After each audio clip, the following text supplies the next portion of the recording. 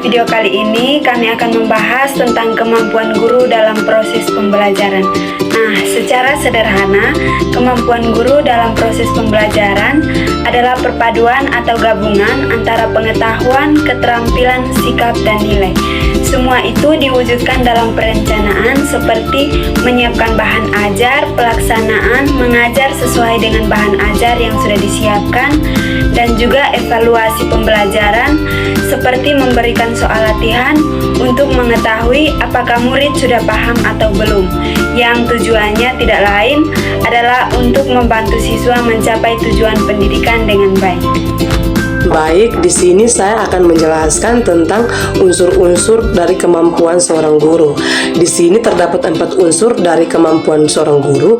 Itu yang pertama, ada kompetensi pedagogik. Nah, di sini kata lain dari kompetensi pedagogik itu artinya ilmu pendidikan atau seni membimbing siswa. Jadi, kompetensi pedagogik itu adalah kemampuan mengelola pembelajaran dan memahami karakteristik siswa. Ini artinya seorang guru harus memiliki keterampilan untuk yang pertama, merencanakan, melaksanakan, dan mengevaluasi kegiatan pembelajaran agar tujuan pembelajaran dapat tercapai. Yang kedua itu mengelola kelas dengan baik agar suasana belajar kondusif atau mendukung sehingga siswa merasa aman, nyaman, dan termotivasi untuk belajar. Yang kedua itu memahami perbedaan atau karakteristik dari setiap siswa.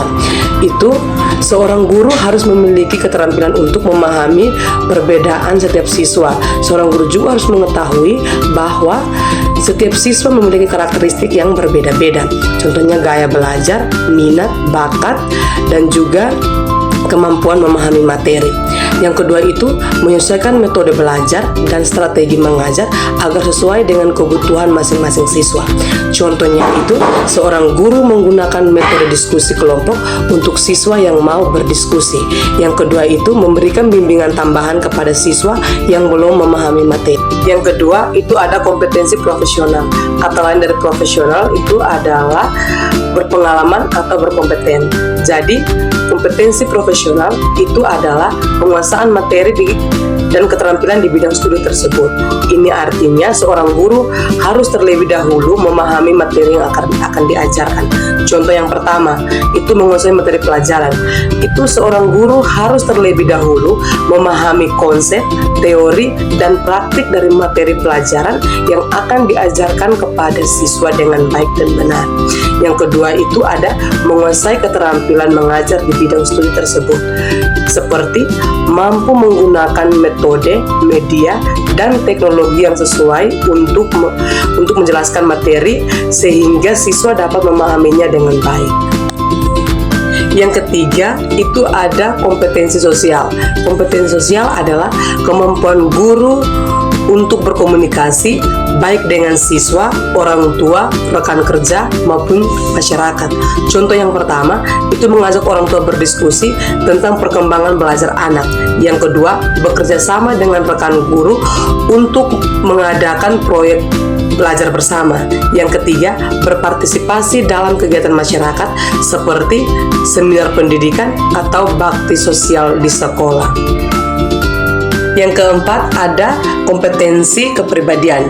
Itu adalah kemampuan guru untuk memiliki sikap, perilaku, dan kepribadian yang baik sehingga bisa menjadi contoh dan teladan yang baik bagi siswa dan juga lingkungan sekolah.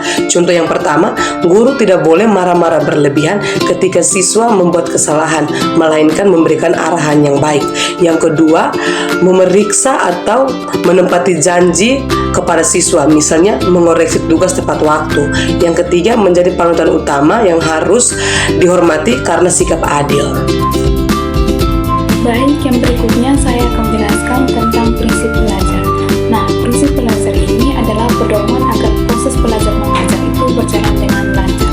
Nah, prinsip belajar ini dibagi menjadi 5 bagian, yaitu yang pertama itu perhatian dan motivasi. Siswa itu harus fokus dan punya semangat belajar, karena tanpa perhatian dan motivasi, pelajaran itu sulit dipahami. Anak didik itu tidak akan bisa belajar dengan baik tanpa perhatian dan dorongan. Jadi, guru itu harus mampu menarik perhatian dan membangkitkan motivasi mereka. Misalnya, mengaitkan materi dengan pengalaman sehari-hari agar siswa itu merasa pelajaran itu penting untuk dirinya. Yang kedua itu adalah kesiapan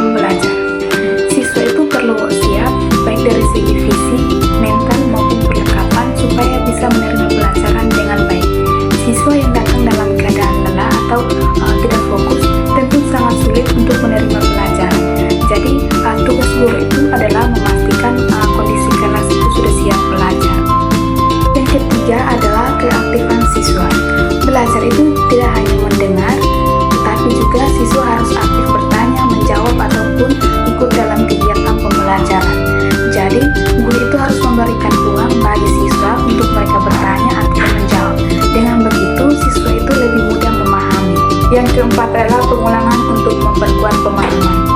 Materi yang diulang akan lebih mudah diingat dan dipahami oleh siswa. Satu kali mendengar penjelasan biasanya belum cukup. Jadi, materi itu perlu diulang supaya benar-benar tertanam. Pengulangan itu bisa melalui latihan soal ataupun revisi singkat di akhir pelajaran. Yang kelima itu adalah keterlibatan langsung. Siswa itu belajar lebih cepat kalau ikut memahami atau memperhatikan langsung, bukan hanya mendengar penjelasan. Jadi belajar itu akan lebih bermakna kalau siswa terlibat langsung dalam pengalaman nyata. Contohnya itu saat belajar IPA tentang fotosintesis, siswa itu tidak hanya mendengar penjelasan, tetapi juga melakukan percobaan sederhana. Dengan begitu, konsep belajar itu lebih cepat untuk dipahami. Di sini saya akan menjelaskan tentang perencanaan pembelajaran berdasarkan waktu. Yang pertama, jangka panjang. Jangka panjang adalah periode waktu yang relatif lama, biasanya lebih dari 5 tahun, yang digunakan untuk perencanaan investasi atau pengambilan keputusan strategis. Di sini jangka panjang dibagi atas 3. Yang pertama, visi pendidikan. Yang kedua, kurikulum sekolah. Yang ketiga, program tahunan atau prota. Yang pertama itu visi pendidikan. Visi pendidikan adalah pandangan atau cita-cita jangka panjang mengenai arah dan tujuan ideal yang diinginkan dan disampaikan dalam penyelenggaraan pendidikan. Yang kedua, kurikulum sekolah adalah seperangkat rencana dan pengaturan mengenai tujuan, isi, bahan pelajaran, serta cara yang digunakan sebagai pedoman penyelenggaraan kegiatan pembelajaran di sekolah untuk mencapai tujuan pendidikan tertentu. Yang ketiga, program tahunan atau prota adalah rencana umum pembelajaran yang disusun oleh guru sebagai pedoman untuk mengatur dan membagi materi pelajaran yang akan diajarkan selama 1 tahun ajaran atau 2 semester.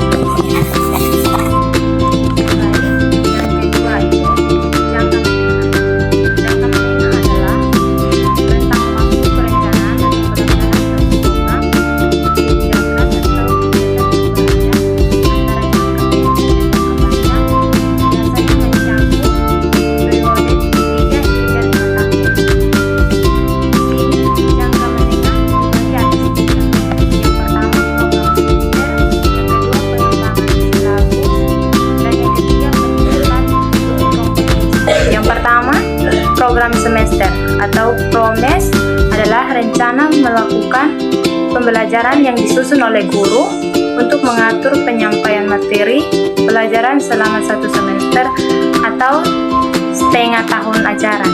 Yang kedua, pengembangan silabus adalah proses sistematis untuk menyusun, merancang, dan menyesuaikan komponen-komponen silabus agar sesuai dengan kebutuhan peserta didik, karakteristik mata pelajaran, serta konteks satuan pendidikan.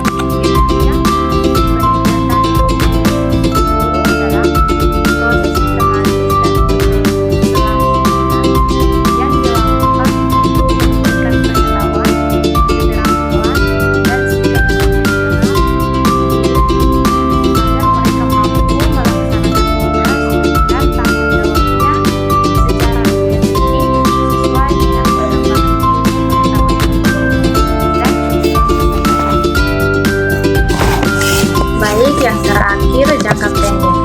Jangka pendek adalah rentang waktu perencanaan atau pelaksanaan suatu kegiatan, program atau target yang bersifat sementara atau langsung, biasanya mencakup periode kurang dari 1 tahun seperti harian, mingguan, hingga beberapa bulan. Jangka pendek dibagi atas 3. Yang pertama, RPP atau rencana pelaksanaan pembelajaran. Yang kedua, pemilihan bahan ajar. Dan yang ketiga, evaluasi harian.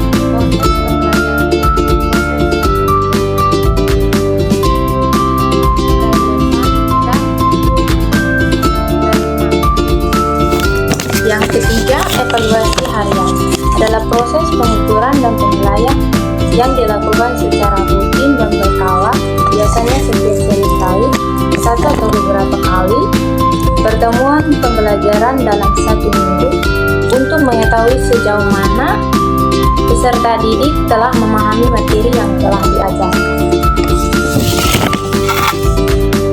Baik, di sini saya akan menjelaskan tentang pengelolaan kelas, materi pembelajaran, dan asesmen. Yang pertama itu pengelolaan kelas. Pengelolaan kelas dibagi menjadi 3 bagian. Yang pertama, menciptakan suasana belajar yang konduktif. Guru perlu membangun lingkungan yang tenang, aman, dan mendukung agar siswa bisa fokus belajar. Misalnya, menghindari gangguan, mengatur jadwal dengan baik, dan menjaga semangat belajar siswa. Yang kedua itu menata kelas agar nyaman dan fokus belajar. Susunan meja, kursi, pencahayaan, dan kebersihan kelas sangat mempengaruhi konsentrasi siswa. Kelas yang rapi akan membuat siswa lebih betah untuk belajar. Yang ketiga itu menjaga interaksi positif antar guru dan siswa. Hubungan yang baik akan menciptakan rasa saling menghargai. Guru bersikap ramah, menghargai pendapat siswa, dan memberikan kesempatan untuk bertanya.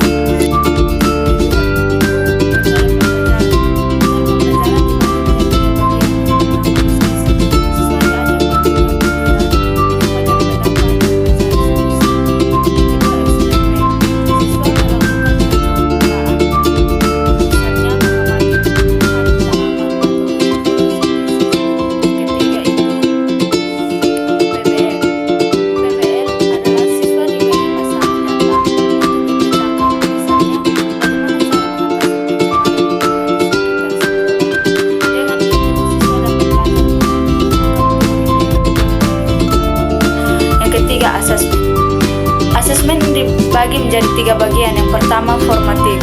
Penilaian selama proses belajar seperti tulis singkat, pertanyaan lisan, atau catatan hasil diskusi.